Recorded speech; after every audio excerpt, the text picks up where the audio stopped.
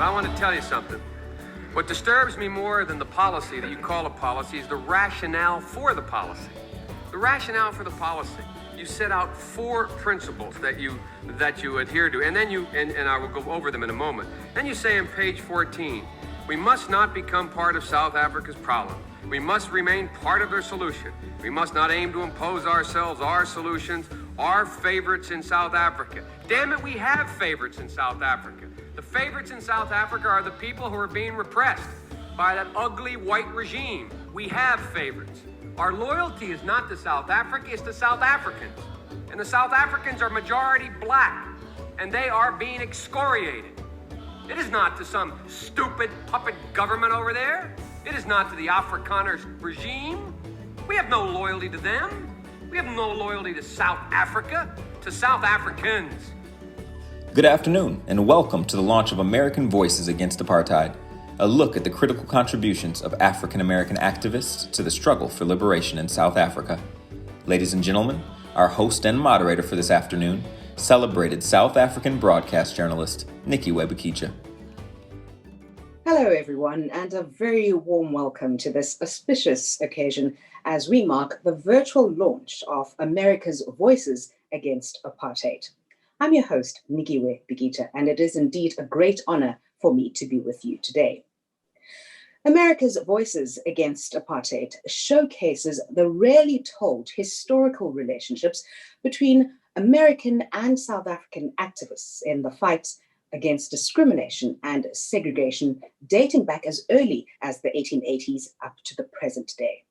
Today, we have distinguished speakers from both countries who'll explore the meaning, the importance, and lasting impact of these relationships across space and time. The timing of today's launch couldn't be more fortuitous given the current political environment in the United States.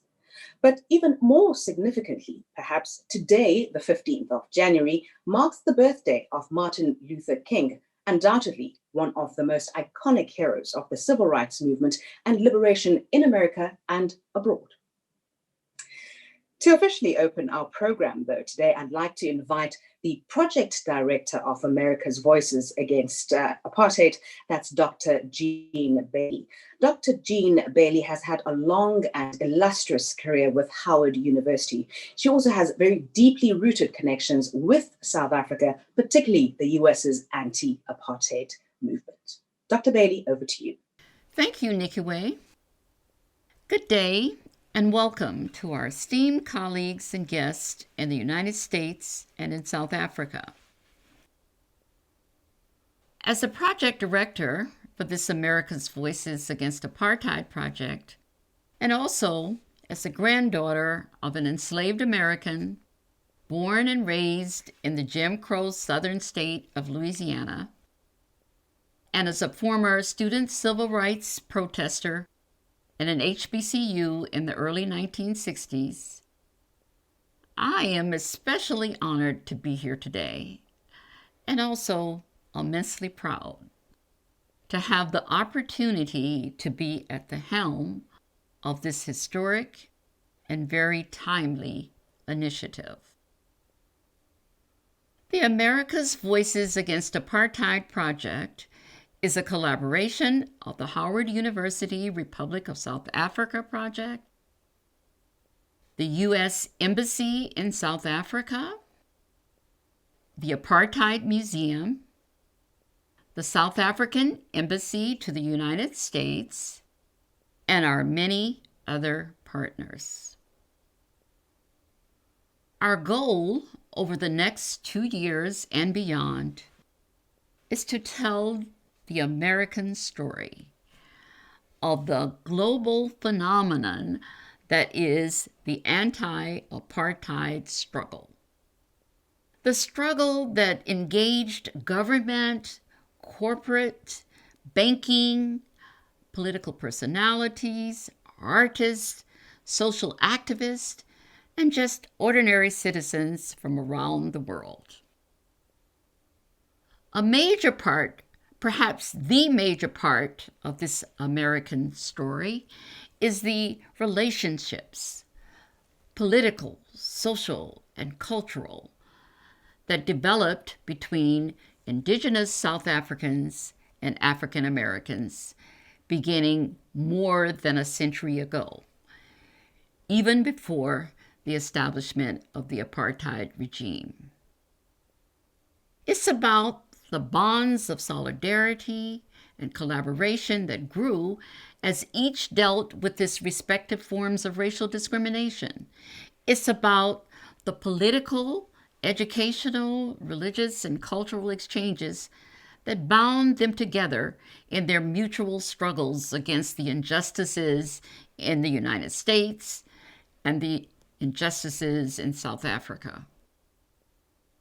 Also, it's about the inspiration, the solidarity, and the concrete material support that American political action brought to this indigenous South African struggles for freedom, to their struggles for democracy and for justice for more than 100 years. If this initiative does nothing else, we hope to highlight the real live human beings, the American people, the leaders of the major political, institutional, and activist organizations, as well as the not so ordinary grassroots activists who dared to question and to challenge the official American government's misguided, anti-democratic, foreign political and economic policy vis-a-vis South African apartheid in the name of the American people.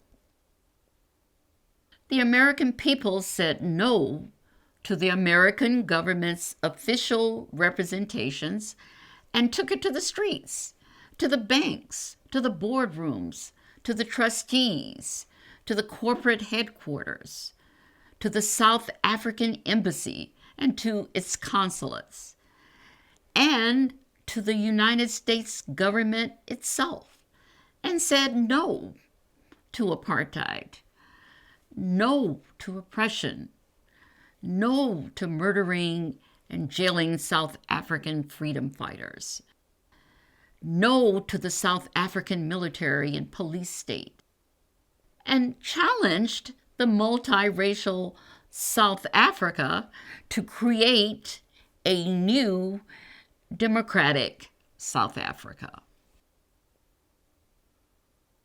We decided to hold our project launch on this date quite intentionally. Today is January 15th, the birthday of the Reverend Dr. Martin Luther King Jr. We honor Dr. King, a leader of the U.S. Civil Rights Movement, which, as I mentioned earlier, intersected with the anti-apartheid movement. Dr. King's declaration that a threat to justice anywhere is a threat to justice everywhere embodies the ties that bind African Americans and South Africans. Thank you. Thank you so much, Dr. Bailey. Certainly a very impressive and massive project, but we look forward to learning a bit more about the lessons that we can extract from the global anti-apartheid movement and how it continues to inform current struggles as well. Certainly a project of this nature would not be possible without some key and strategic partnerships. We're very grateful for the partnership of the US administration. And from the South African perspective, now we're joined by the United States Ambassador to South Africa, and that's Ambassador Lana Marks. Ambassador? Dumelang, Sanibonani, Molweni, Goeienaand. Good evening, ladies and gentlemen. Today, we are gathered to virtually launch the America's Voices Against Apartheid project, and I'm thrilled to have joined this project from the outset in 2019. I want to thank all of the leaders and project participants gathered across South Africa and the United States, including the South African Embassy in Washington, D.C., for their support of this important work. Ambassador Mafeketo, I share this moment with you. with immense gratitude. This is the kind of project that we seek as ambassadors because it safeguards and builds upon the historical support between our two countries, our shared challenges, and the progress we have made in ensuring that the friendship between our two countries remains strong. Indeed, these are the ties that bind us. I have been impressed by the work of Dr. Bailey's team with our partners, the National African American Drug Policy Coalition, and respected historians from Howard University and academic institutions across the United States. The America's Voices Against Apartheid project will be a well-researched labor of love and a celebration of good's ability to transcend hardship. I am reminded of the young American Fulbright student, Amy Beale, whose labor of love led her to Gugulethu in Cape Town, where she was caught in the crossfire and lost her life in 1993. Her parents later established the Amy Beale Foundation, which offers development programs for challenged youth and vulnerable communities.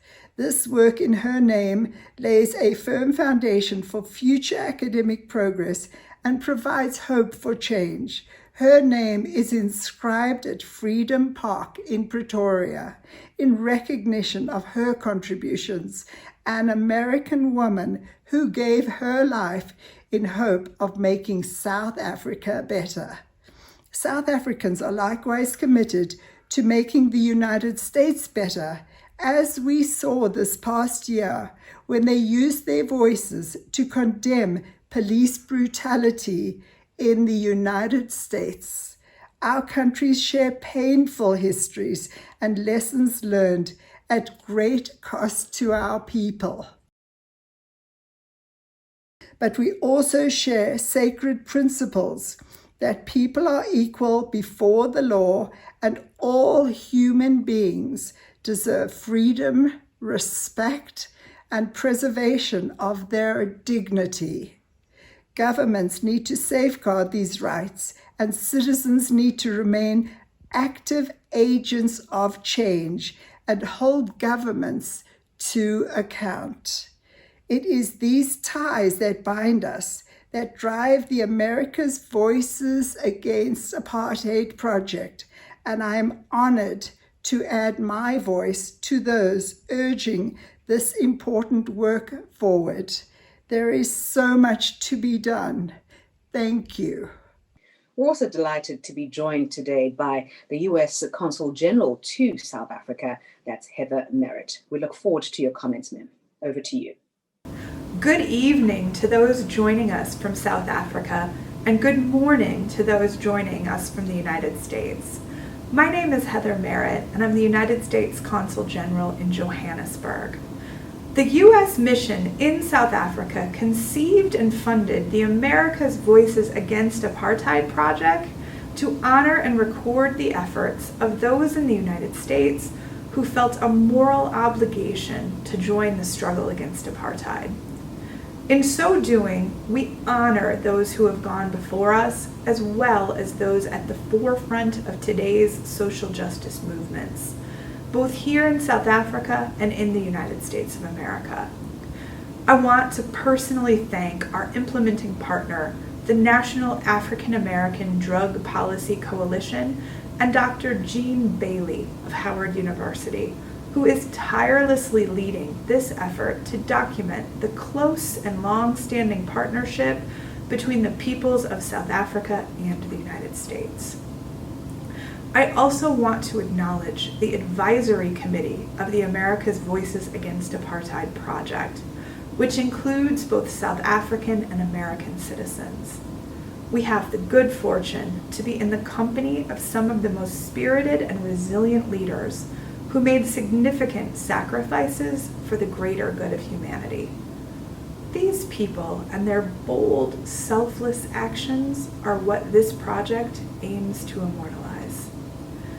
The many friends of South Africa in the United States have demonstrated how our global community can support one another. This project will record their contributions. Contributions which existed in student and community halls, in recording studios, on factory floors and decorated podiums, in backyard gatherings and around kitchen tables. We have seen the same convictions and principles in the United States and South Africa. We have learned from both the U.S. civil rights movement and the struggle for freedom in South Africa that voices guiding our moral compasses are more powerful than any weapons. In 1956, courageous women descended on the Union buildings to demand justice. And in 2019, their descendants did the same at the Johannesburg Stock Exchange. 2020 brought massive protests in the United States in the name of justice and the protection of human dignity. The lesson is that we must not remain silent in the face of oppressive, entrenched injustice. These recent events are troubling and force us to recognize that we will always have more to do. So, we must roll up our sleeves and get to work. Today, we offer our full support to Dr. Bailey, the Advisory Committee, and all those working on America's Voices Against Apartheid project as they return to those same community halls, factory floors, and archives to further strengthen the ties that bind us. Thank you for your participation today, and thank you for your support to this important project. Today, of course, is about celebrating partnerships as well between South Africa and the United States. Let's hear from our next speaker now, who has represented South Africa in various capacities as a young activist, as a member of cabinet, and now is representing South Africa's interests in the United States as the ambassador to the US. Ambassador Mfeketo, we're so delighted you could join us today. Ladies and gentlemen, good afternoon. The outbreak of the COVID-19 pandemic has made us to meet virtually, and I hope you are all safe and well as we fight this pandemic so that we could meet in person one day. It is a great honor to be afforded this opportunity to address you in this occasion, launch of the America Voices Against Apartheid. As we launch this event, we must also take of the events that are taking place, like the protest in the movement Black Lives Matter, to remind ourselves that the struggle against apartheid, gender and racial discrimination is not yet over. The struggle against apartheid in the America was led by women and men of great courage, who were also facing their own challenges in the United States. Their voices led to a movement that led to US companies to disinvest in apartheid South Africa. Through congressional testimonies and protest in front of the very same embassy building to highlight the plight and sufferings of the majority of South Africans. South Africa, as some of you may well know, is celebrating 27 years of freedom and democracy, which came as a result of international solidarity against the scourge of apartheid rule. Particularly in the United States of America, our achievement of democracy was owed greatly to colleges, unions, and followed by private sector not to invest or to do business with South Africa, which brought the apartheid state to its knees and forced it to call for a negotiated settlement that led to the achievement of the democracy we enjoy today.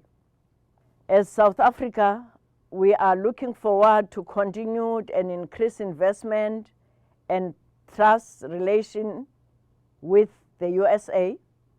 I wish all of us well during these tough times and hope we will share history and ideas on how to move forward and how to learn from each other as South Africa and America. I thank you. Thank you so much, Ambassador Mfeketo. Certainly, your words will encourage these kinds of partnerships and the ongoing diplomacy which exists between the US and South Africa. Well, the 1984 Thanksgiving Eve sit-in at the South African Embassy in DC was a major turning point for the US anti-apartheid campaign. However, what many people may not know is that the genesis of this relationship between South Africans and Americans of conscience, the origins of the ties that bind, date back more than 100 years before this iconic night. Let's explore that relationship now. Ms. Woods, this is a subject very close to your heart. This is an area of history that you studied very, very closely. Let's discuss those early interactions between Black South Africans and African Americans. Sketch a picture for us about the provenance of those ties and who some of the major players were. Okay. Two of the main figures from the United States of African descent who made a pathway into South Africa were Henry McNeil Turner, bishop from the AME Church, who made his way to South Africa, was one of the first, or perhaps the first minister who came to South Africa to bring his organization of church to the continent, to South Africa. He had been a chaplain with the United States Army during the Civil War. And so he also was quite familiar with Southern life, how African Americans fought for their own freedom during the Civil War and how they were trying to make a way for themselves in liberty, in freedom.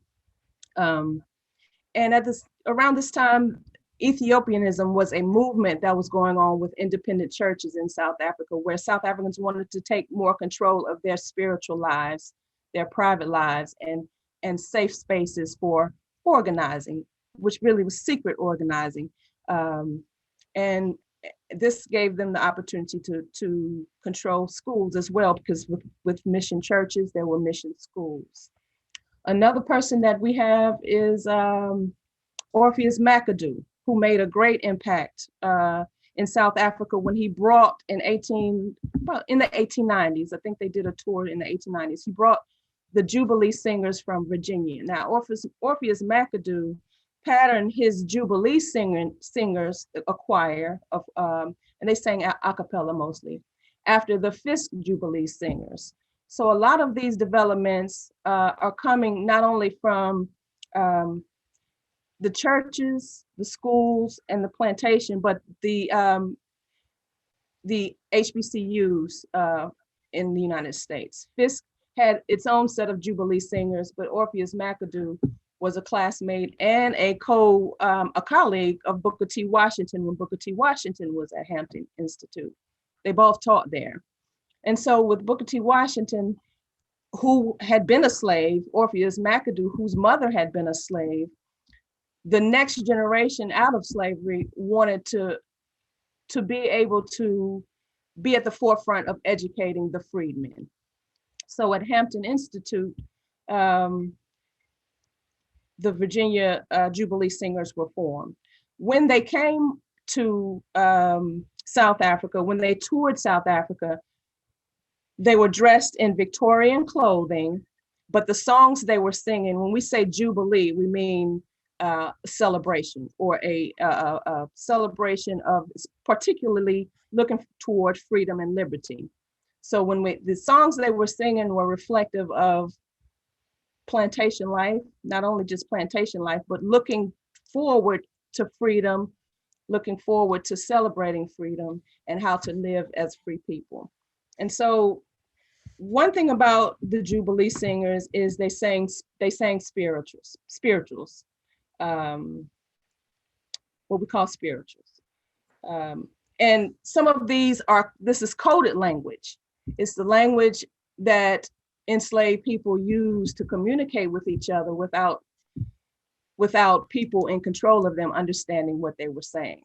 And so this is kind of in the same vein as the Ethiopianist movement, where the coded language and the spirituals reflect a belief or a comparison to the biblical Israelites. And so Orpheus McAdoo and Henry McNeil Turner were two important people in early South Africa as far as African Americans. Mr. Sudakaza, if I could bring you in here about the importance of the HBCUs in the ongoing fight against discrimination, whether it was in South Africa or in the US. You had the development at, again, HBCs, as you mentioned, but the first development was actually at a historically white institution, the development of fraternities for African Americans. And Alpha Phi Alpha, of which I'm a member and helped form a chapter here in South Africa, which was founded in 1906, had one of its earliest members, Dr. Max Jurgen, come to South Africa in 1920 with the YMCA, with Young Men's Christian Association. And he actually stayed here 12 years. And that's important because when we launched Alpha Phi Alpha's local chapter, Rho Phi Lambda, 10 years ago, we thought we were, in essence, doing something in terms of creating a linkage. As we started unpacking the role of our organization in South Africa, we stumbled across people like Dr. Max Jurgen, who had been here in 1920, people like Dr. Alfred B. Numa, who was South Africa's first Black medical doctor, who became a member of our fraternity at Marquette University in 1923, and there started creating linkages with, again, other members of our fraternity, but others in the African-American community, and bringing them to think about South Africa in a way. And this was, again, early days of the struggle. And so you had other members of ours, like W.B. Du Bois, like Paul Robeson, and Max Jurgen. They created, this was with Dr. Alfred B. Numa, an organization called the Council on African Affairs in the 1940s. And so you had this effort. And again, we think of the anti-apartheid movement as something really in the 80s, 70s, 80s. But they were advocating in different channels, United Nations, to, again, end the apartheid movement, end the rule of South Africa by minority whites. We also then, in kind of unpacking, it was our history. And the reason that we wanted to do that is we were trying to make an organization that was foreign to the South African academic structures, a fraternal organization relevant to contemporary Black South Africans. So we were saying, well, hey, we've had this linkage far longer than just the 10 years of our chapter's existence. And so we started doing this research. And so you find people like Ralph Bunche, ambassador, who played a role, again, in protesting against the apartheid movement in the 1970s. Reverend Andrew Young, who was made the US ambassador to the United Nations, regularly criticized the South African government and the Zimbabwean government because of their policies. In 1971, Congressman Ron Dellums from the state of California first began putting forth legislation for the US to get itself out of apartheid South Africa. It actually took him 14 years to get this legislation passed, but he did, and so along the way supported the anti-apartheid movement, but pre that, just radicalizing, if you will, Congress to think about how the US is engaging with South Africa and how it needs to change. I think also probably our most famous member, the Reverend Dr. Martin Luther King, during the civil rights movements, and then, again, planting the seed for the activities of the 70s, he again also spoke out against the injustices that you found in South Africa. So, injustice anywhere is an injustice and affront to human dignity. And so we tracked all of this, and we thought, this project that we're contributing to is so important because many don't know this history. And if we who are members of the organization didn't know it, we thought how many others also did not know it. We then went on to find that the first ambassador to South Africa in the new South Africa in 1994, Professor James Joseph, was a member of our organization, and the second, Ambassador Delano Lewis, who was a businessman who was appointed by our President Clinton, was also, again, active members of our organization, but playing a role on behalf of the United States in creating a bridge to South Africa, again, a bridge that started back in the 1920s. So, for us, there was a rich history. We've captured that in film. We've captured that in posters that we use.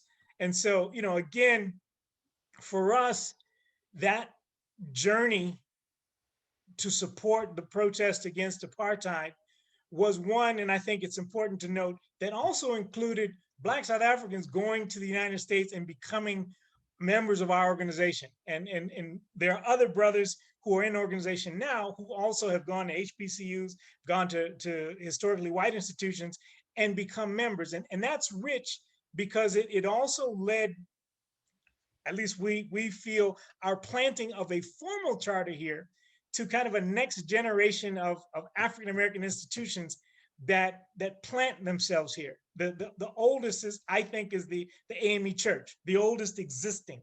And we were the first chapter of our organization to plant itself on the African continent in the 21st century. But we were then followed by the Alpha Kappa Alpha sorority. Delta Sigma Theta is thinking about that. Kappa Alpha Psi is thinking about that. So, as the legendary John Connie talked about linkages through the arts, there are now these linkages through fraternal and sororal organizations that, again, started at the turn of the century and now in the 21st century are growing further. So, it's a rich history, and we're quite pleased to share that and proud to be a part of that. Michael, thank you for those comments. It reminds me that we have been given credit by Ron Dellums for motivating him to file a sanctions legislation. We began our protests in October 1970. We linked up with George Howes of the American Committee on Africa. He made arrangements for us to testify before the United Nations Special Committee on Apartheid. And then sometime in February, Ken had a speaking engagement with the Black Jaguars, a community organization in Washington, D.C. With that group, Ken went to the Black Caucus. And as he approached the Black Caucus, he spoke to the secretary and she said, well, they just met, they're in a very important meeting. And this information comes to me by a professor who's doing a film on Ron Dellums and his courageous fight for apartheid for many, many years. And so this comes from Ron Dellums' own words. So Ron Dellums says that the secretary went out and spoke to Ken and said, they just began a meeting and so they can't come out. Apparently Ken would not leave. And I know the kind of spirit he had, he would not leave. The secretary went back in and she said, Congressman Diggs, he has very important information for you. And Ron Dellums described this event as changing his life because he was a newbie. He was 4 days into being a congressman. So Diggs said, Dellums, you go talk to him. They sent the new guy out. And Senator Conyers said, I'll go along with him. And Ron Dellums said that the information we gave him, which they did not know, about Polaroid's involvement in South Africa, the Black Caucus was critical about U.S. corporations' role in South Africa, but they didn't know the linchpin of having Polaroid actually make the photos for the passbooks. And so Dellums says in his memoir that from that day on, he filed his legislation for 15 years until it overrode the veto of the president. And then Dellums further reports in his memoir that he was sitting on the podium at the inauguration of Nelson Mandela, and he remembered his commitment that he made to Ken that day, and he remembered how the Black workers changed his life. So that's just another impact of the Polaroid movement that not only changed the narrative around South Africa. I think early on we realized we had to do an education campaign. And that's primarily what our cause was. Boycott was the goal, but education was the means to let the American public know their role in relationships to South Africa. And I think it's important to remind people that this movement began with Black people, that Black workers were critical, that Black students were critical, and it has to do with those original links. And the one thing I remembered when people asked me why I did this, I remembered Dr. King's words as a young girl, that we are not free until everyone is free. And I think it's instructive as we meet on his birthday to know that from the Birmingham jail to when he greeted Lutuli, Chief Lutuli at the Nobel Peace Prize in the ceremony, Dr. King stood for the people of South Africa, as we have done. Thank you. And I just want to add one thought that I think is powerful too, at least in terms of the members of Alpha Phi Alpha. All of these, what became luminaries, kind of got their orientation as college students. I think that's critical to think about when Dr. Alfred went to the US, he was in his 20s. And you form relationships that last a lifetime. And so, I think all of these, when I think about what has happened and how the history is passed on through these fraternal and sorority organization, it is through the educational years that you get that foundation. And then you start following people differently because you know that they went through the same experience that you did. So, I definitely appreciate that additional insight. Quite powerful. Dr. Kani, I see you nodding there, perhaps an agreement or at some point of reflection as someone who lived through this era. Can you give us a sense of what comes to mind as you listen to the reflections of our previous two speakers? It was in 1959. I was at school and our teacher said to us, we're going to go and see a warship that had docked in Port Elizabeth, and it was an American warship. And we were told just to be very behaving and stand still and do not talk to any of the soldiers and stay away. And we stood there, and as the soldiers were moving up and down, I was amazed of a young soldier, black. As he came out of some door, the rest of the white soldiers stood in attention. Wow. I know soldiers coming into the township to shoot our fathers, our brothers. I know soldiers to be the worst person to meet at any given time. And that image stayed with me for a very long time. You mentioned, for instance, the Polaroid. My father worked at the pass office. It was there, actually, that the Polaroid picture was being used as the most safe, you cannot fraud it, and this was that would last permanently. I still remember the organizations around the township trying to say, we cannot have this book, the burning of the past in the late 50s in the resistance movement and all that. And now I'm so excited because Polaroid was one of our first targets to get to disinvest in South Africa. The second one actually is the Sullivan Principle. Before I finished high school, I couldn't go to university to study law immediately. I had to get a job. And I got a job at Ford Motor Company, assembling engines. When we heard about the Sullivan Principles, we sat in and asked if they would be applicable in South Africa. And we were told point blank that this is an American problem, nothing to do with South Africa. South Africa will continue its relationship with its worker on the basis of master and servant. So it was thrown out. We raised it and nothing happened, and the plant continued. Even in 1965, when Mr. Henry Ford visited South Africa, he came to the plant. I have never seen such an arrogant tweet in the rest of my life. We cleaned the whole place. Instead, we painted the whole place very clean because we thought he was going to address us and we would tell him that the Sullivan principles have not been implemented. We would tell him about the segregation and discrimination within the Ford plant, which was an American plant. But he came in, looked at us, and walked out. We had prepared to sing songs for him. And that is my experience that went through that time. And the whole thing about disinvestment will hurt black people more than would hurt the white people. Therefore, people were propagating, said that we don't want sanctions. I had black people who said, we don't want sanctions because they'll hurt us more. And all we said, we're in hell already. What more can it do to us?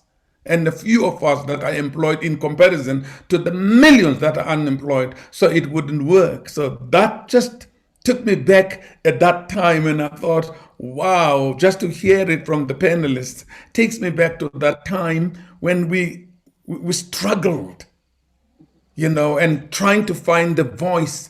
And the African American, especially during the 60s in South Africa, was the only hope we had.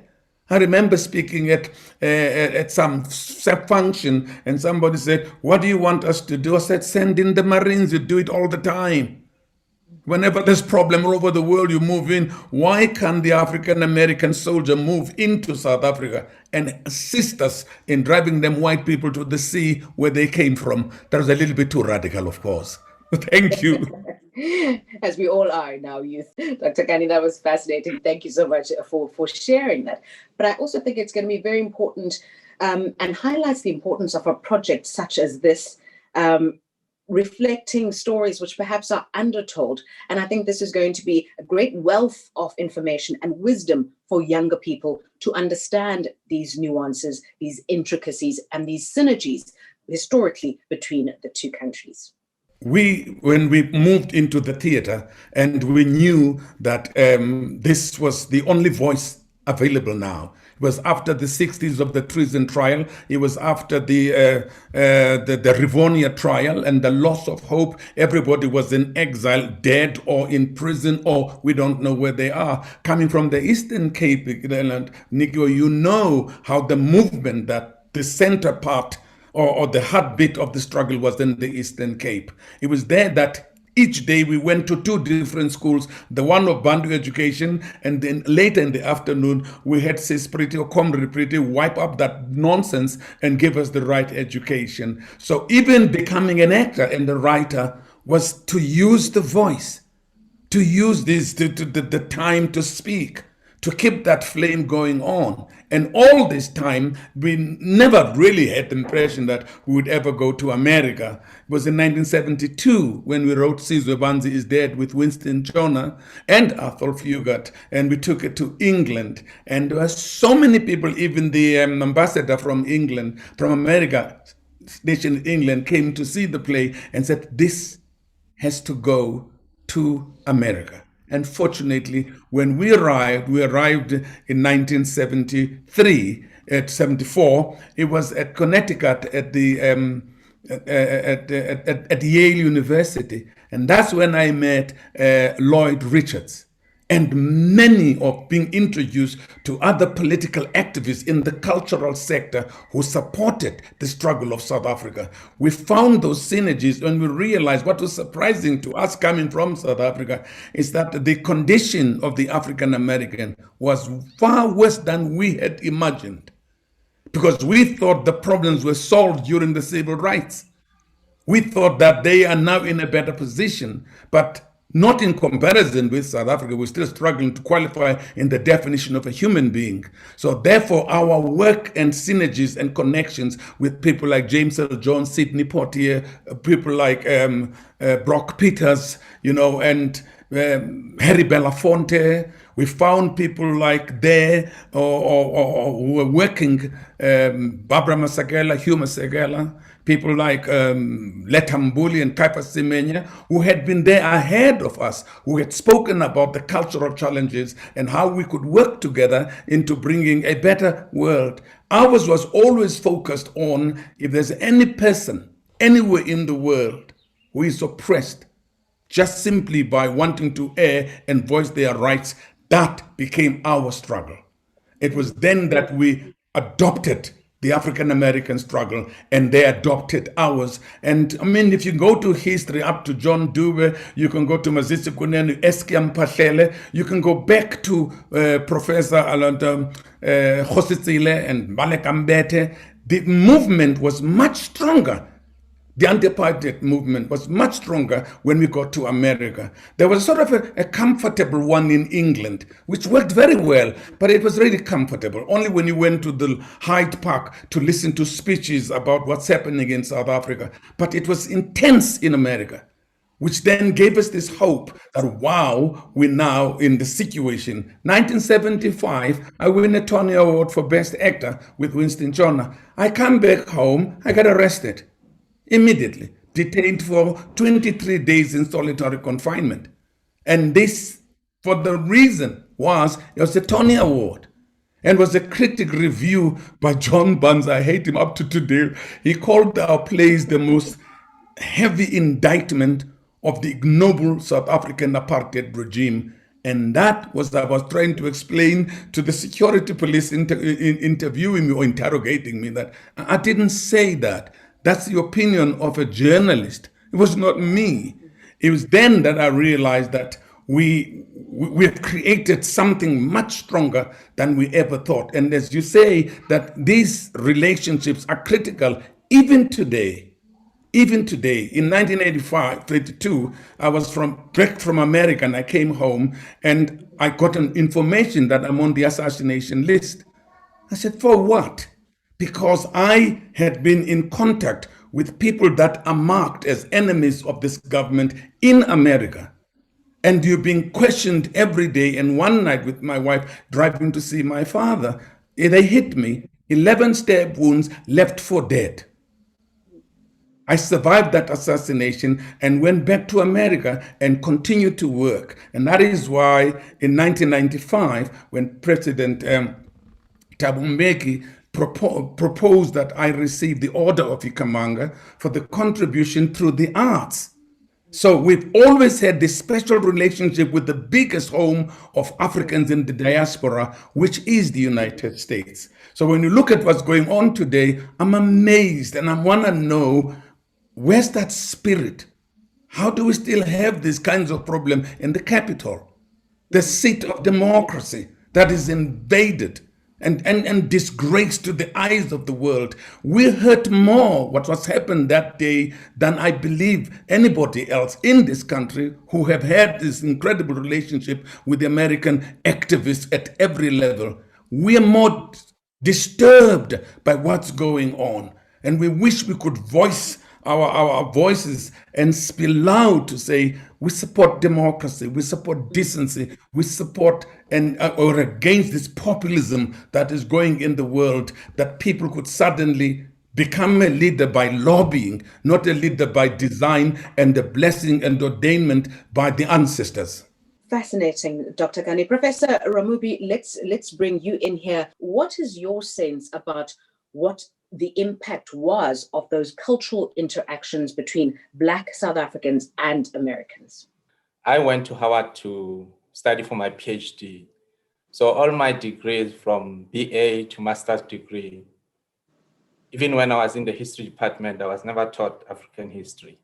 So when I got a Ford Foundation International Fellowship, I knew that I wanted to go to Howard University. So when I got to Howard University, previous to that, I had worked for the Robben Island Museum. And that's why I wanted to interview Kani for his play, The Island. We're talking about that, which is very, very important. So using my apartheid schooling, which said that we don't have culture, my focus using Robben Island and going to Howard University, my scholarship focused on culture. And that's what I want to talk about right now. I wrote an article titled The Ties That Bind African American Consciousness of Africa Through Culture and Sport. And I was trying, the example that Ekani used about the African American soldier in Port Elizabeth is a very, very powerful image. I want to use the same example with Mark Matabane.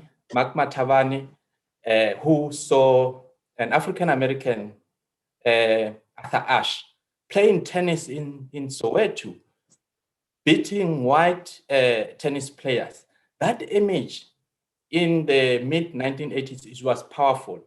And Mark Matabane wrote a book titled The Kafir Boy in 1986.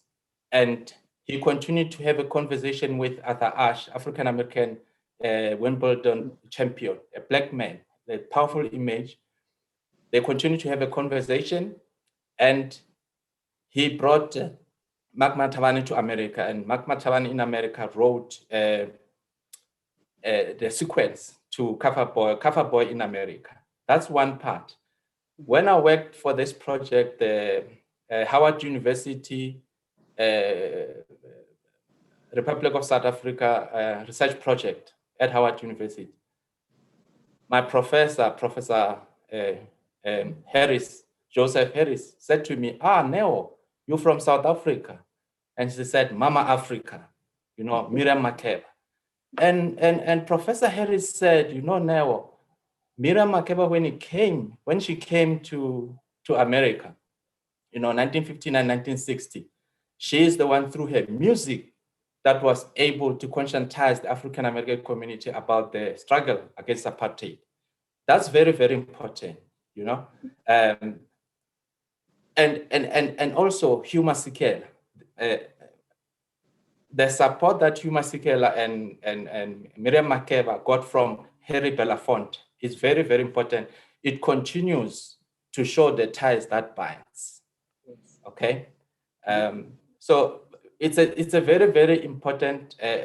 Africa's Voices Against Apartheid, I think, is going to help us. I'm teaching at Wits University.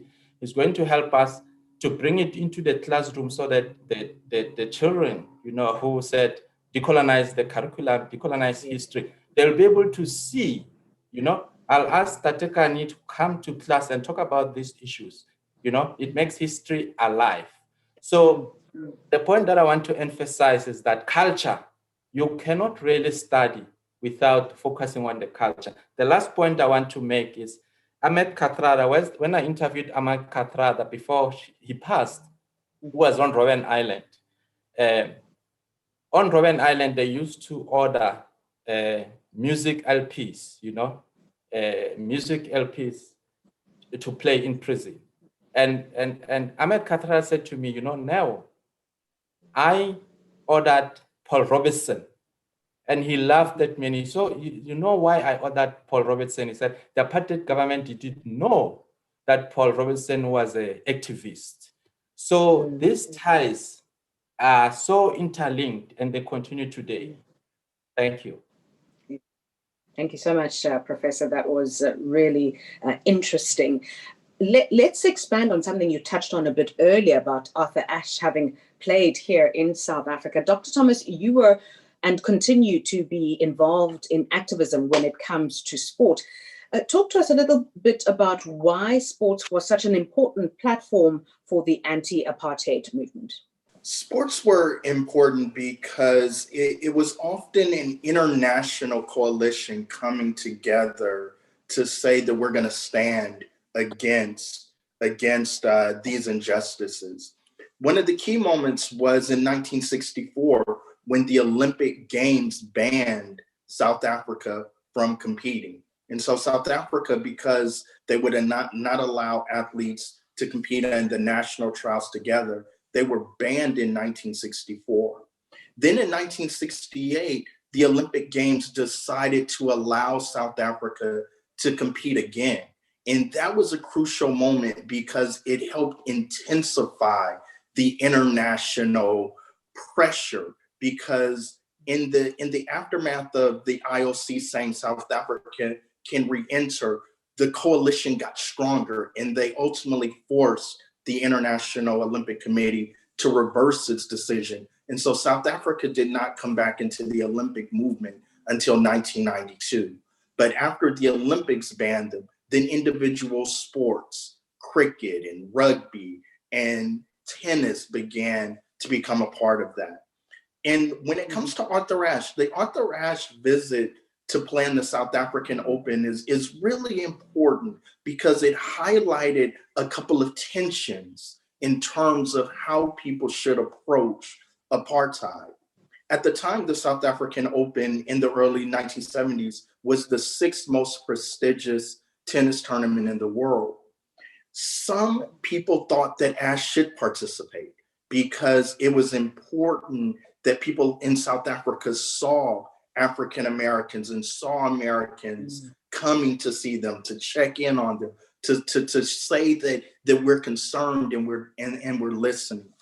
Others thought Ashe coming to South Africa was a hindrance because it gave legitimacy to the existing system.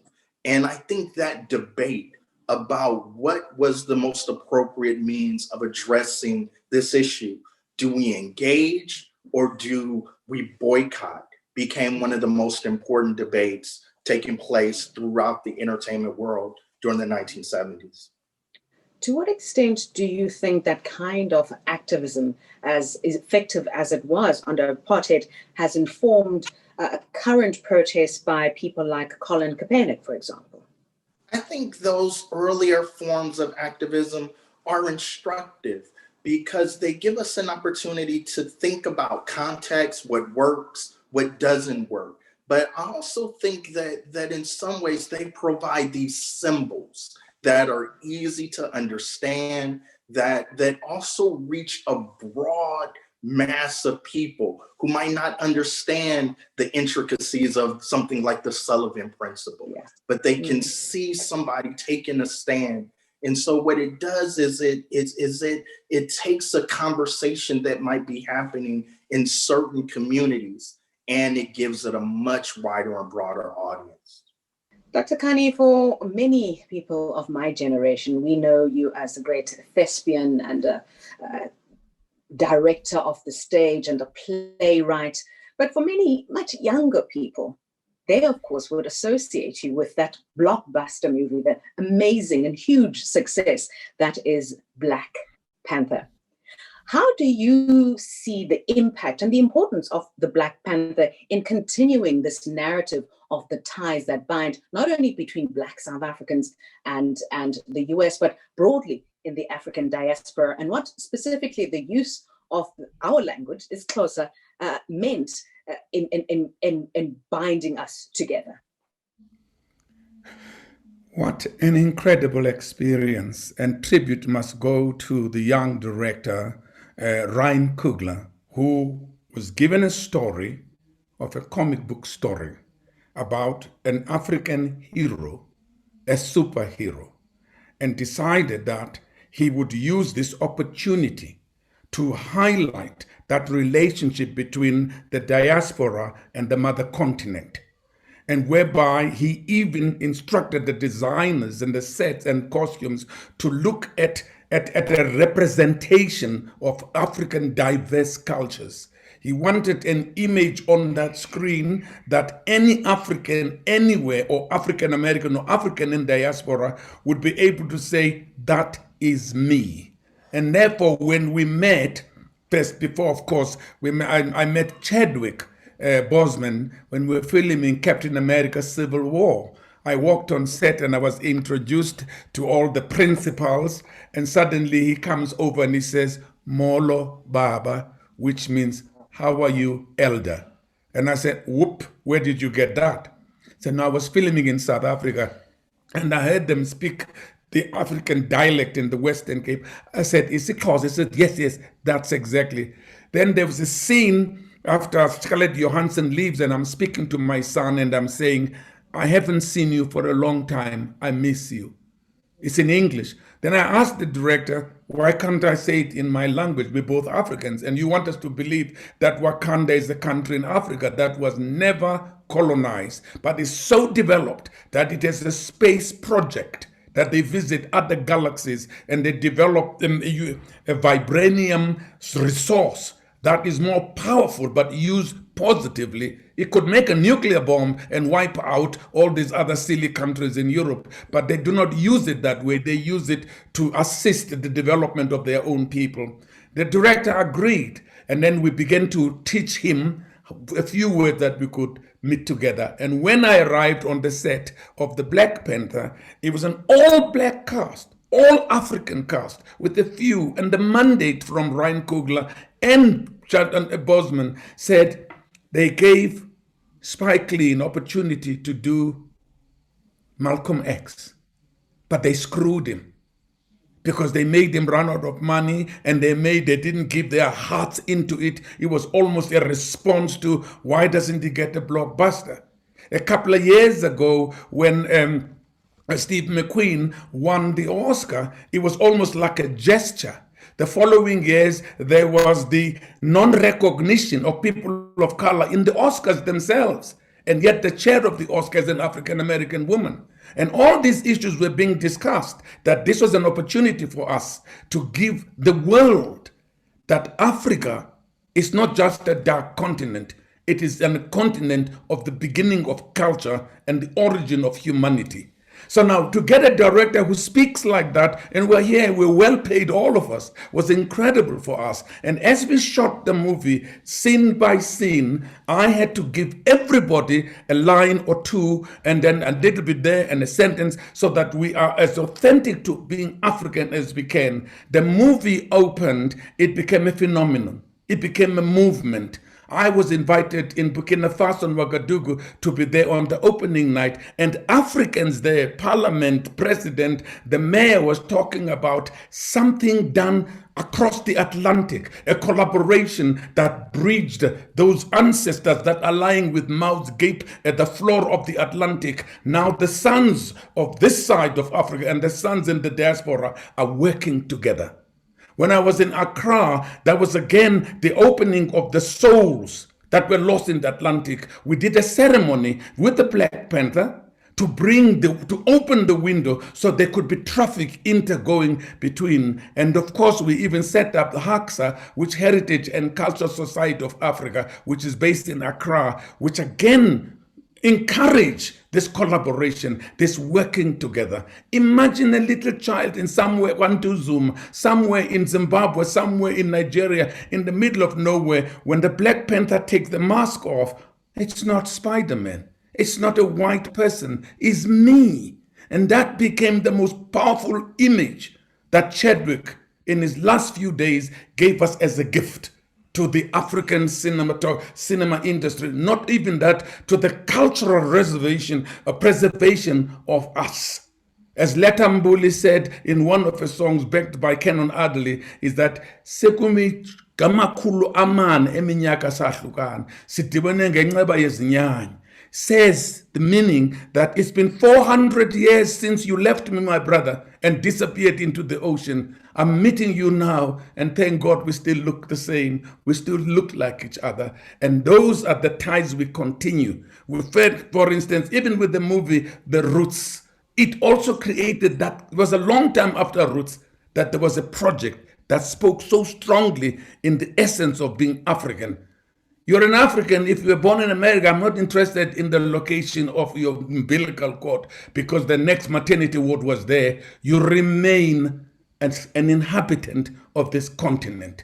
And that for me was the most important statement. And especially this young man, after playing Jackie Robinson, after playing what you call Marshall, the first Supreme Court judge, and after also playing the Black Panther, and doing all these things in a very short space of time, being very sick, he had a clear vision of what he was doing. He truly believed that this was one opportunity to put Africa not just as the center, but as the beginning of a discourse across the Atlantic. Now, this is strengthened more by this event that talks about that relationship in our struggles, in our movement to reestablish the dignity of the African, to reestablish the relationship of Africa and the diaspora. And I'm looking forward to our second sequel, which has been a little disrupted by the death of this young man. So we don't know where we're going to come out. But throughout Africa, the Black Panther was seen as a bridge across the Atlantic. That one more time, that an African story told by both these sides of Africa, the sides of the world, can not only be a powerful film, can also be a absolutely commercial success. No more can you tell us that African stories don't make money because they're always about their suffering and all. Here was the Black Panther that made over $1.6 billion. Now it is time for Africa. Now it is time for us to build bridges across that Atlantic, across wherever we find other Africans, and say we have to work together. I used to say the Africans are so great in advocacy, in showing how we feel about Black Lives Matter. And someone said to me, Nas, I will always say Black Lives Matter until all lives matter. I'm going to stop saying that. And that's for me the most important thing about the arts and culture. As my friend Nero says, it's the only fabric, it's the only tapestry that you cannot separate.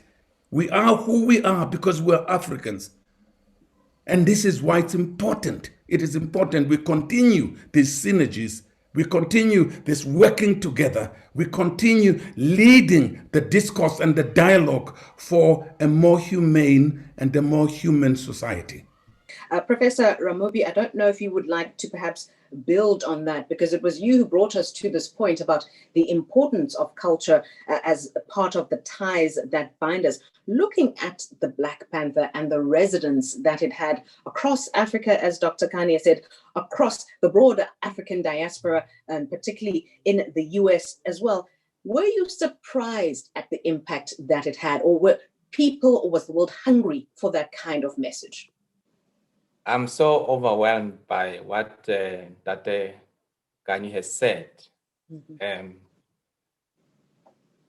I'm teaching history, and I bring the Black Panther into the classroom and say, they have said so many things about Africa, but this has not been said. Like Dr. Kanye is saying, everything that has been said is that we are fighting, we are barbaric. We have this mineral, this powerful mineral that we could wipe everybody, but it was used positively. So I want my students across the racial groups, white students, Indian students, Black students, to see, particularly the African students, to see that they come from royalty. So it's very, very, very important. We cannot continue. I mean, when they speak isiXhosa in the Black Panther, I say to them, the Constitution of South Africa says that we have 11 languages, but we continue to use English and Afrikaans in the classroom. And in my classroom, I say that we should be able, if I cannot be able to use an English word, I should be able to use my mother tongue, Setswana, so that we can expand knowledge in the classroom. So we cannot really overemphasize the role of arts and culture. I bring Miriam Makeba in the classroom. I bring Hugh Masekela in the classroom. Welcome back, come back, Mandela. That song. It's part of history. Why are we continuing to use the white sources, the white books, when we have our own people? We have John Carney here. He's just here, next to Vets. He can come into the classroom and talk to us. So those are the issues as far as arts and culture that we need to bring into our classroom so that our students can see that they are part of the knowledge production, that they're part of the knowledge producers. Very, very, very important. What role did the early Black press, now let's look at media institutions, what role did the early Black press play in this dissemination or sharing of ideas, whether in South Africa or the US? Yes, well, as early as 1884, you have Imbo Zabansundu in South Africa, and that's John Tingle. I might mispronounce this, and so we can go back. Jabavu. Jabavu, that's fine. Jabavu. John Tengo Jabavu. John Tengo Jabavu. But that was one of the earliest newspapers in South Africa that spoke to, it gave a forum for South Africans to exchange ideas and intellectual thought. This was also one of the newspapers that shared information from America about African Americans, and Booker T. Washington was one of the people who was a subject in John Tengo Jabavu's paper quite frequently. Many of these papers also advertised not only the ideas of a Booker T. Washington or the ideas of a Du Bois, but they would advertise the historically Black colleges and universities where many of these ideas were freely discussed, or where the freedmen from slavery days and the first and second generations of African Americans were able to seek education in the United States at these HBCUs. But so the media, the different media veins, the newspapers on both sides were instrumental. One of the reasons why Marcus Garvey wanted to come to the United States in the first place was to investigate Tuskegee and to meet Booker T. Washington. Garvey had left Jamaica in the 1910s, I believe, 1910s, and traveled a bit and made his way to London and got a job with the African Times and Orient Review, which is also a newspaper that catered to the diaspora, the African diaspora in the UK and elsewhere as well. But he was I think he was a messenger boy, or messenger. He was a messenger person for this newspaper, and eventually started to work in higher positions as well. But there was a layout, an article about Tuskegee Institute, which Booker T. Washington helped to establish. It was already established, but he really was the person who developed it and secured money, secured the land in Alabama for this institution. So he understood that Garvey understood that Booker T. Washington's style of education or appeal in education was to focus on the industrial arts or industrial education as opposed to liberal arts. And so it was a way to monetize skills learned pretty much a lot from people who were slaves or people who used their hands during the slavery days, the days of slavery. So the industrial arts was something that Booker T. Washington focused on, but it was a way to monetize different skills. And so Garvey wanted to see this institution and wanted to do a report on it.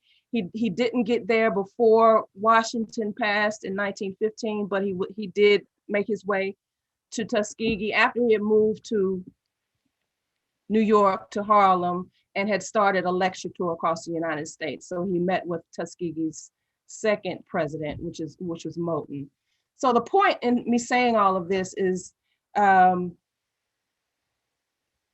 newspapers, through journals, whether they're published in South Africa, in the United States, or in London, diaspora people have had an opportunity to kind of connect and see the similarities of their own experiences and their histories, and make a way to come together and find a kinship and a solidarity to move out of our situations together.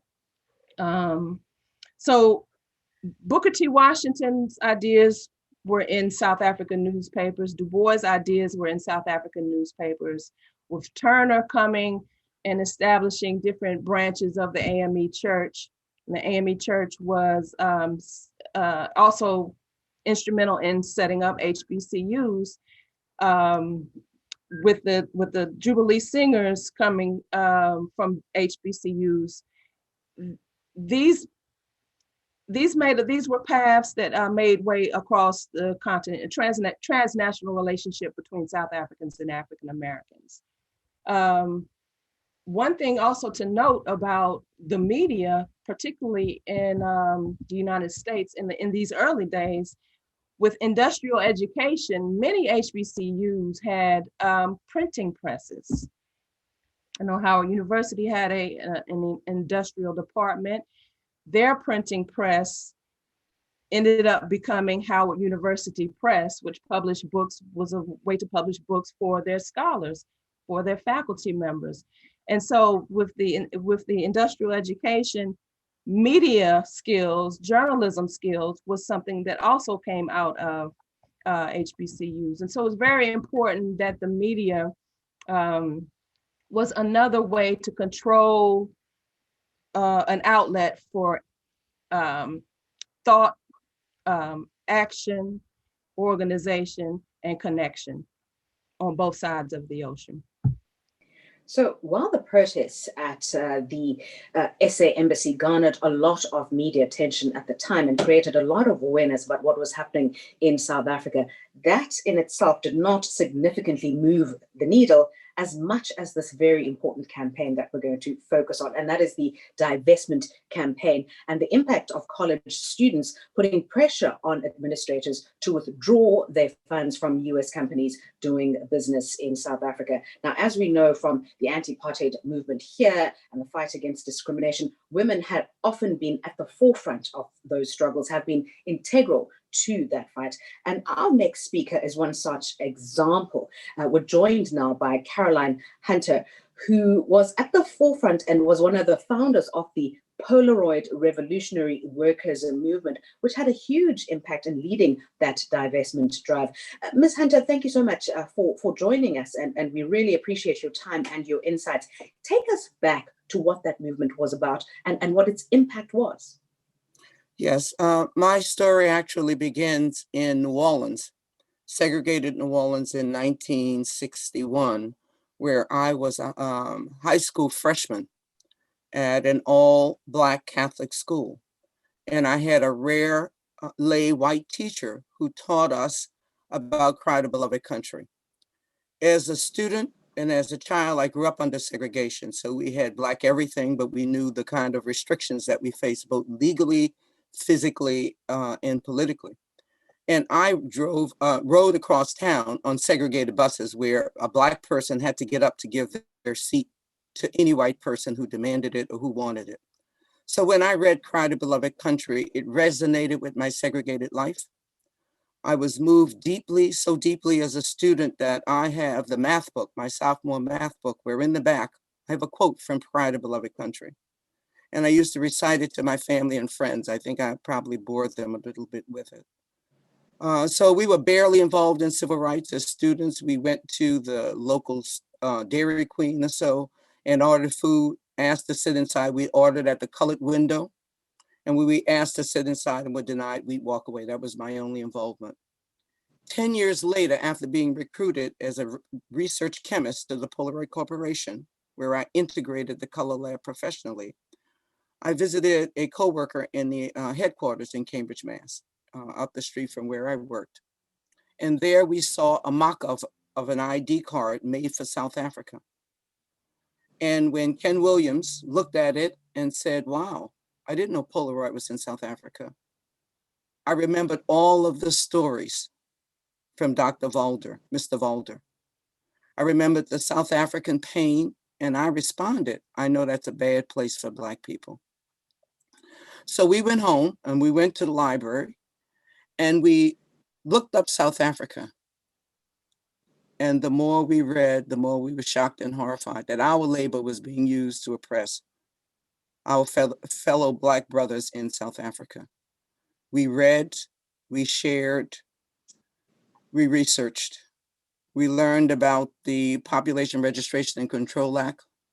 We learned about the impact of the passbook photo that Polaroid was making on their instant cameras. And we felt that our ties as laborers here and our ties to South Africa required us to do something.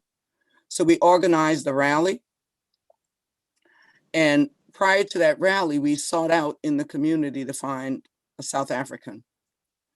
And we were treasured with meeting Chris Nteta, who was a divinity student who had just come to study at Harvard Divinity School with his young family, and who was in imminent danger of perhaps losing his education, losing his life, because South Africa brutally sent people around the world to assassinate its citizens and people who protested its brutal regime. And at that first rally, Chris spoke, Ken Williams spoke. Ken talked about our role as Black people and the role of US corporations in South Africa. And Chris spoke about having his picture taken in South Africa by a Polaroid camera. That evening, we presented 3 demands to the Polaroid Corporation. We put it on Polaroid stationery as a memo from workers to the corporation. We demanded that Polaroid withdraw immediately from South Africa, that they denounce apartheid here and in South Africa because we understood the collusion of the 2 governments, and that they turn over their profits to recognize liberation movements fighting for their freedom. So that is the beginning of my story and my historical moment with apartheid. And there's been a lasting legacy to the impact of that kind of activism, Ms. Hunter. You have, to this day, are still speaking on college campuses about how young people can lobby and around the same principles. Tell us a bit more about that. Yes, I've had the pleasure of years. And so unfortunately, Ken Williams and Chris Nteta are no longer with us. And sometimes I say I'm the last person standing, not really, but significantly from our Polaroid movement. So it's been my pleasure to speak to young people, both high schoolers and collegiates, to talk about their role. I was a young person when I was able to stand up against justice. And so without all of the information and technology that we have today, so I think it's critical that we inform our young people of our history, that they get to talk to primary resources like myself, people who are there, and that we also support them because they too are the leader in the future. Dr. Thomas, if I could bring you in here as well. We've heard from Ms. Hunter about the importance of the movement that was started then, which ultimately led to growing pressure on private businesses when it came to sanctions against South Africa. Give us a sense of the importance of those kinds of campaigns, particularly as they played out along college campuses in the US.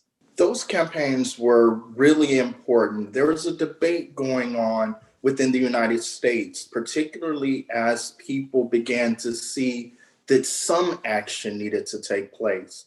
There were some who were beholden to the ideas of the Sullivan principles, which tried to create a more equitable form of discrimination within South Africa. The Sullivan principles said that there should be better working conditions, that there should be better pay. While on the other side, many of the most ardent activists on college campuses were calling for divestment, calling for corporations to remove their funds and their involvement in South Africa. And so this was a very important battleground about which way the United States would go in terms of addressing these issues. Can you give us a sense, in your own view, how those kinds of debates have filtered through to the current struggles that we're seeing in the US? I think one of the things that's important to remember about the anti-apartheid movement was that it helped bring together some of the alliances that had been broken in the early days of the Cold War. So as the United States and the Soviet Union began to battle for world supremacy, the ability to link the African-American struggle with some of the anti-colonial movements and anti-apartheid movement became much more difficult. And so I think the international anti-apartheid movement was essential to finding ways for people throughout the African diaspora to articulate and fight against the collective forms of oppression that they face. And I think we see that today with the Black Lives Matter movement, the same way that that some of the injustice in the United States calls people around the world to rise up against police brutality and injustice. I think that linking of our struggles has been a crucial aspect of our connectedness. Fascinating, which of course highlights once again the importance of the nature of this project, that we have to look at the past and look at the intersectionalities and the synergies of our struggles as it informs the way forward as well. We have reflected a great deal on the past. Time to look ahead now. Let's discuss present day activism in South Africa and the US, and how the ties that bind persist in the struggle for equal justice in both countries. Ms. Khoza, as a young person, having listened to these conversations, very rich stories and reflections from our panelists, how do you think what you have been listening to has informed earlier or the most recent activism, for example, Fees Must Fall and Black Lives Matter? Ooh, Nikki, I have goosebumps.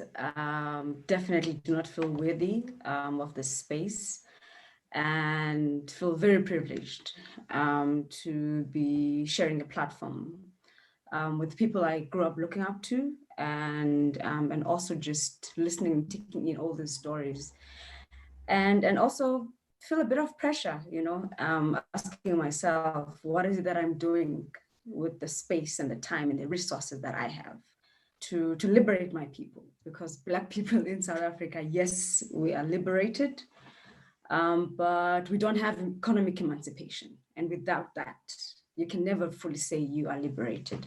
I would say my first awareness about apartheid or white supremacy, let me share the story of how my grandparents were teachers, married for over 45 years, and they were never allowed to work in the same Bantu stand. So Umakulu was forced to go and work in another Bantu state, Transkei, and Utamkulu was left, my grandfather, working in another Bantu stand, Ciskei, where we worked. And so we had to go and live with Umakulu, where I did my second grade in a farm called Falbank. And Umakulu was a school principal, respected by the community, and all the boys, all the Black boys, were forced to be up at 4 a.m, go and milk the cows for the master. And this one day, my brother came back crying, and they were beaten up, badly so, by the master. And because they had been playing around, and the cows went to eat where they were not supposed to eat. And I saw Makulu putting on her clothes, marching towards the master's house. And as we were walking behind, I remember thinking, in fact, being very scared that here's this Black woman going to charge at a white master in his own farm. And I watched Umakulu put a white racist in his place. And for me, that was another awareness that we shouldn't be so scared to stand up for ourselves. And that was in the early 90s. So I grew up in a family like that, where women were in charge.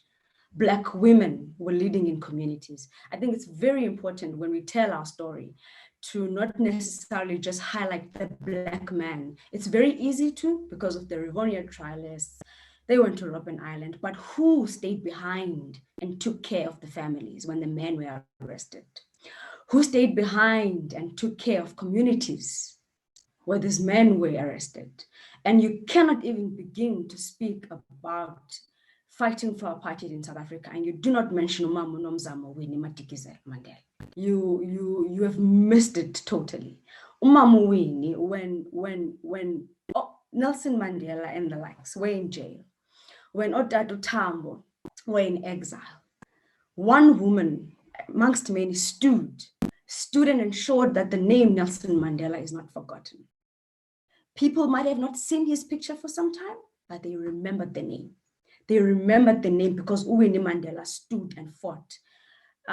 She was, as we all know, locked up for 8 months without speaking to the children at some point, not knowing whether they were alive or not. So Umamowini has to be central in such conversations. So for me, I'm not so young anymore, Nigiwa. So for me, as a 35-year-old, I'm turning 35 this year, Black woman, I am aware of the space that I am in, where to this day in South Africa, I still, for instance, have to pay sanitary towels at such a high price with tax. Yet I have got parliament that is packed with Black women. I have got instrumental and very high key organizations that could be leading certain conversations about my emancipation and my protection, but it's still not happening. And I know that as a Black woman, 1 in every 3 of us gets killed and raped in this country, every single minute. So when I watch the news in America, and I remember when Sandra Bland was killed, I was in the US then, I was in DC at Howard. So for me, when we see those images of us, irrespective of where we are in the world, in South Africa, in DC, still we get brutalized.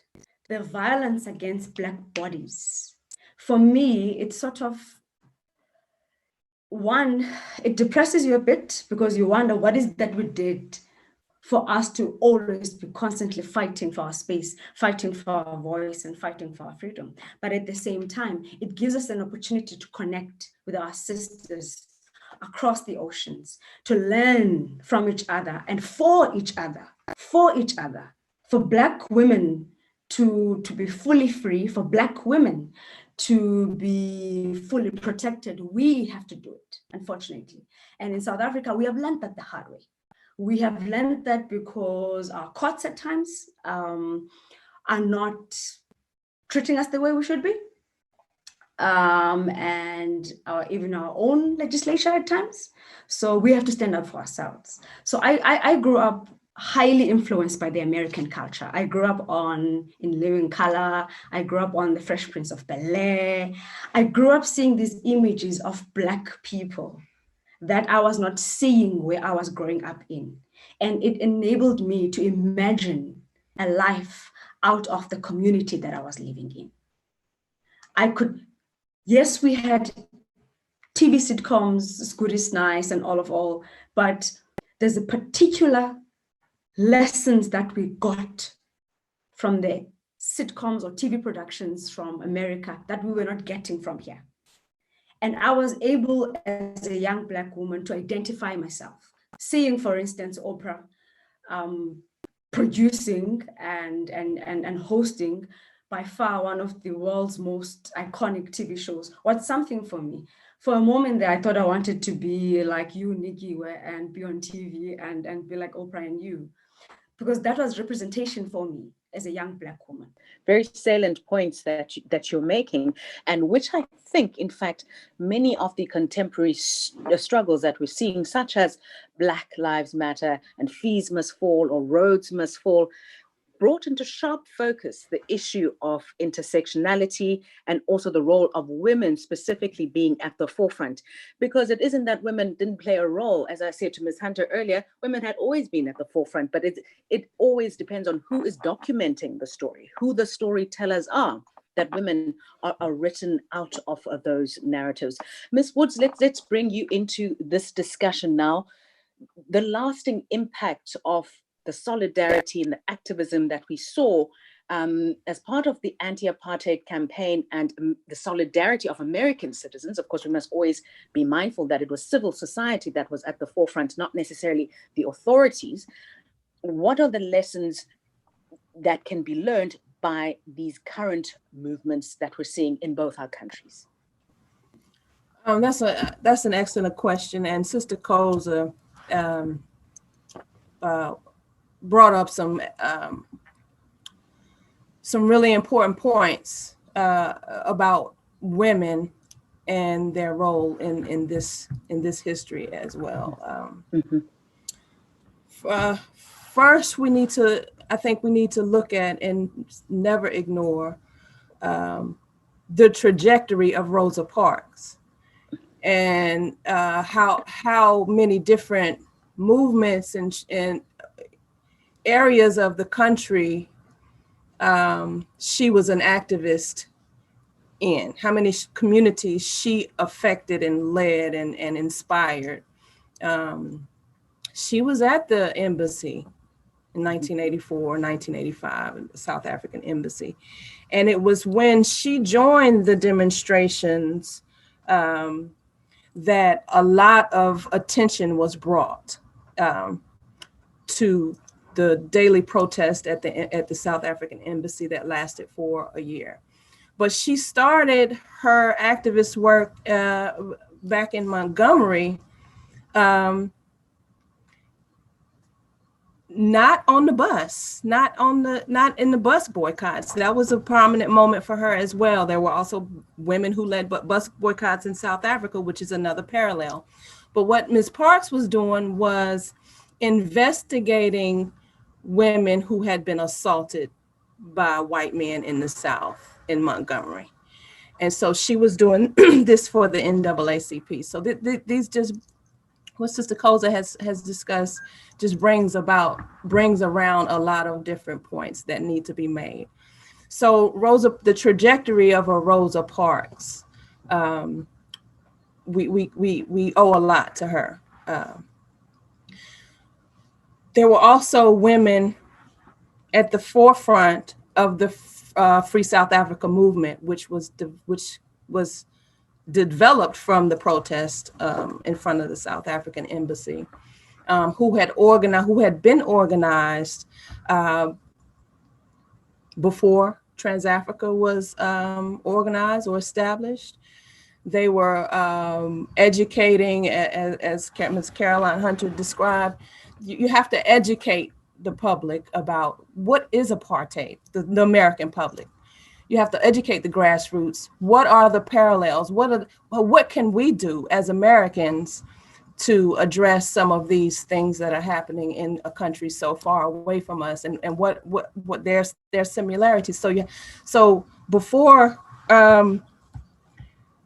the protests at the embassy were going on, there was a group of women based in Washington, D.C., under several names. They kind of evolved, their organization evolved from the South African News Collective, the Southern African Summer Project, and to the Southern African Support Project.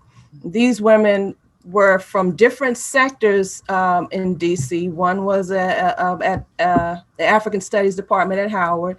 One taught at the University of the District of Columbia. One worked downtown for the city council. One worked as a lobbyist. So they had different networks. But they came to, and then one was a journalist for WHUR, WHUT, and other media outlets. But they had come together as a result of the 6th Pan-African Congress held in Tanzania in Dar es Salaam. And they were there to try to listen to the liberation movements from the southern part of the African continent, as the last vestiges of colonialism. And so there were leaders there that spoke and that they listened to and that they consulted with. And they asked, well, what can we do as Americans? And these leaders, and I'm talking about people who had become Kenyatta, not Kenyatta, but the president of Tanzania at the time, the president of Zambia, where the liberation movements had spread out from South Africa. They asked, well, what can we do as Americans to aid the movement against apartheid? And they told them to do something about your government. And to them, that meant, well, we are the people, we are the government. So the first thing we have to do is educate people about what South Africa is going through, what apartheid is, and how the frontline states or the states around the countries around South Africa are affecting the situation. Not only that, how the government is, United States government is complicit, and how corporations feed into the apartheid machine. So it's women we have to focus on telling women's stories, and not necessarily the people who were the leaders or who have been constantly recognized, but we have to lift up people who have not been recognized. As far as today, how do we get the youth who are active in these movements today? And that this is a continuation of what we've been doing all along and what has happened all along. One way is to continue education, and this program, it will help to do that. Brother Neil talked about his classroom and having Brother Connie in his classroom and having some of the people in his community come to his classroom. We also must have students visit libraries. We also must build archives. We also must preserve our history in different ways, so that the youth can have resources to go to of, a Caroline Hunter. Well, what was your experience fighting against this area of oppression, a corporate, the corporate side of things, how economic oppression. So we have to put these examples of people forward and continue to have platforms of our own, like the media companies, the newspapers, the MVOs, the Bantu Worlds, the Crises. The Black media is important, and our own organizations are important. And we have to continue to contribute to them in these ways so that we can direct our youth to understand what has taken place before they have joined in the movement themselves. Absolutely.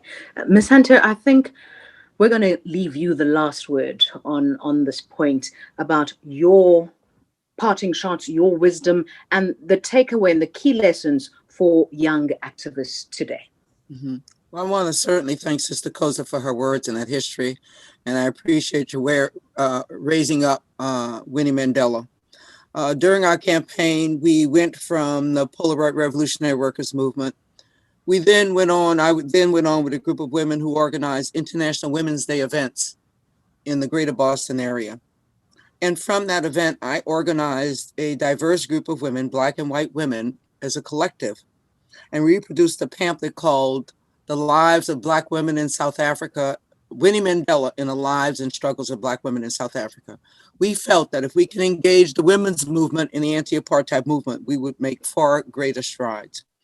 And so that pamphlet is available in a tribute to her legacy and the legacy of many women who stood here and in South Africa on the front lines. I've also had the pleasure now of speaking at Black Lives Matter rallies to young people. And my message to them is two things: that not only is it important to stand up, that we stand with them. As elders, we have to respect their perspective and stand beside them. The second message is that it's a fight that has to happen everywhere. I think when we talk about the success of the anti-apartheid movement, it's because we addressed the churches for divestment, the universities for divestment, the legislation for policy, the arts community for cultural support and spreading the message, because all of the segments of society have been permeated by oppression, and we have to fight it everywhere it is. And so I'm grateful for the America's Voices Against Apartheid raising this platform, providing a chance for our youth to hear and see some of the history that is still being created. And so our message to the youth is that we are all one, we're in this struggle together, and arm in arm, we will make a difference. Thank you.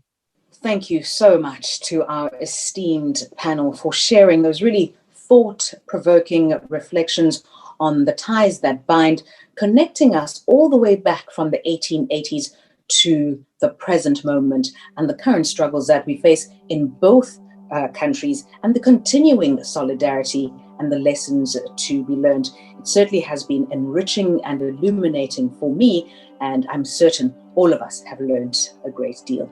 Thank you once again for joining us. For Black Americans, apartheid was not an abstraction. Our own experience in America triggering within us a strong, automatic, and visceral reaction to apartheid. Thousands of Black Americans became energized, committed participants in the Free South Africa movement. It was a transcendent illustration of Pan-Africanism at its best.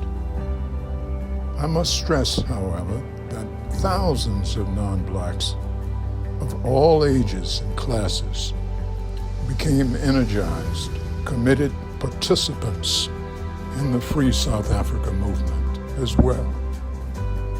We marched every day, regardless of weather or any other circumstance, for more than a year.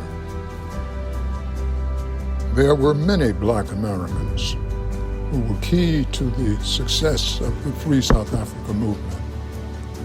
And of course, I can never begin to list them all.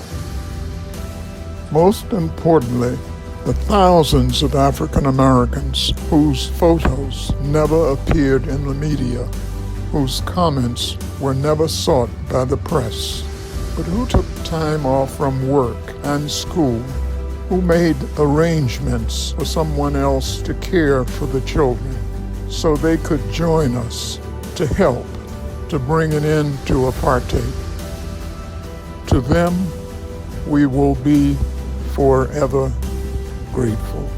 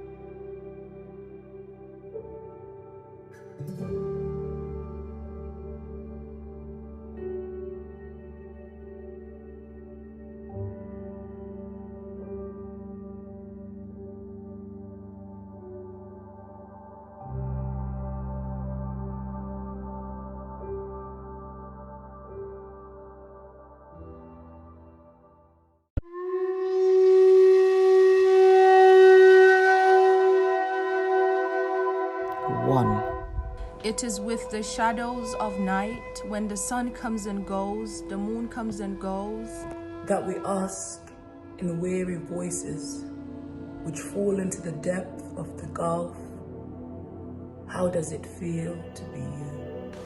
Watching and waiting to feel the heavy weight of every minute, come followed by another. And nothing, even everything written in blood, says nothing about how we could wake up tomorrow and build a day. 2. Your eyelids shut, if they ever do, and the memories of those you knew flood behind the darkness of closed eyelids, spiraling into patterns of pain, and you alone know that once there were hopes, that once the footsteps of the people sounded on the horizon. And now silence strides across the sky, where the sun sweats, proclaiming a wish to rest. 3. Can we tell you, you the children of a long hour, a long day, a long night, that hope never befriends fools? Yes, time, in absolute eloquence, can erase our faces. Remember Sharpeville? In those days, violence and disaster were articulate. And now, today, you watch and wait. 4. One day, hope begins to walk again.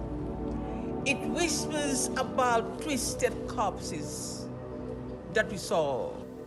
Sprawled across the streets on this knowledgeable earth, the tears, the blood, the memory, and the knowledge which was born. By every heavy minute that we carried across a wilderness where there were no paths. Where screams echoed as if never to stop. It is when there is no hope that hope begins to walk again. Yet, like we said, hope never befriends fools. 5. Since we have eyes to see, ears and fingers to touch. Only if we know how can we harness time. Can you hear the footsteps?